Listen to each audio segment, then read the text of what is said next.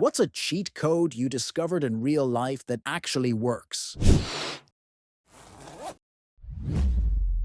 Listen, just listen. People love to talk, and you will learn a lot about who people really are, whether that's positive or negative. First lesson in communication. If you want someone else to enjoy the conversation, prompt them on something they're interested in and let them talk about it. People will forever remember you as a good conversationalist if you get them to talk about themselves or something that they are interested in. You barely have to say a word to be remembered as a good conversationalist. Lower the resistance to the things you want to do. Want to study for 15 minutes? Tell yourself you'll do just 1 minute. Then, at the 1 minute mark, decide if you want to keep going. Chances are you will. Inertia is a powerful thing. Use it to your advantage. Asking people to do an extra step before you do something for them greatly reduces unnecessary requests. Example, yeah, I'll resend you that file you can't find. Can you please tell me the date I sent it to you so I can find the email? They have to search for the email and find the file themselves in the process. Works great with lazy coworkers or students. LOL, I'm a teacher and I do this with my students. Kid, I need help with question 5. Me, okay, can you read the question out loud to me? Kid reads the question. Oh, I get it now. When you have tradespeople to your house to do a job, remember that they're people too and be hospitable. I asked our plumber if he wanted coffee or a Danish, since I had some, and he didn't charge me the $500 to rot out a drain. He thanked me and said, people don't always remember we're people too. I offered muffins I was going to toss to our building intercom repair guys, and they gave me a 10% discount. I'm not saying you should expect these things, just that people appreciate consideration and will sometimes reciprocate. Carry a clipboard with important looking paper on it, and people will let you go almost anywhere. I did this for 4 years in the Navy, and no one ever questioned what I was doing or had me do stuff for them. I had a stack of blank paper in the clipboard. LMAO, don't take criticism from someone you wouldn't go to for advice. Criticism from people you'd trust is super valuable, but you can cut off the mental swirl and anxiety by considering the source. If you wouldn't seek a person out for advice, why should you trust negative remarks from them? One I found on Reddit years ago, and totally worked for me the few times I've tried. Bring presents for flight attendants. Cookies, candy, gift cards from where you work, etc. They are in service and get no tips, but also work a very thankless job. Plan ahead a little bit and just bring something they can all share. It'll make it the best flight you could have. Food, booze, open seat in a better area of the plane. Whatever they can do for you, they will. Tell them you have a friend who's a flight attendant, and that's why you started doing it. Flying will be a better experience. I promise you, even if none of the above happens, you'll still have done a nice thing for people who don't get thanked enough. Having a good reputation at work will let you get away with being a not great employee. At a new job, go above and beyond for the first month. Do anything asked of you at max effort, and right away, do stupid tasks that nobody else wants to do. Be early and stay late, within reason, like 10 minutes, and never ever bitch about anything. After that month, everybody will think you are a star employee. The bar is typically pretty low, TBH. And from then on, even if you kind of slack off or fuck something up, everybody will still think you're great, since that's how they've defined you in their head. Life is not about who you know, it's about who knows you. If you can't fall asleep, just close your eyes and relax your eyeballs, and kinda let them start moving around quickly, as if you're in REM sleep. I swear this kickstarts the sleep process, and pretty soon, you're actually asleep. Sometimes your brain is kind of are awake and asleep at the same time, but you're lightly paralyzed and can only move if you really try, basically waking yourself up fully. My professor told me to always apply for jobs, even if you're not looking. You know better what's out there. I showed up to a bar with a deck of cards. The bartender would comp drinks when I did tricks. Other customers would buy me drinks, then likely teach me a trick. The new trick would likely get me a drink from the next person. Be the person who starts things. Is the buffet fully stocked with the lids off and everyone is standing around waiting to be told it's okay to start serving themselves? Be the one to grab a plate and start the line moving. Also, don't be afraid to finish something. Everyone at work loves to leave 1/4 serving. I don't understand this.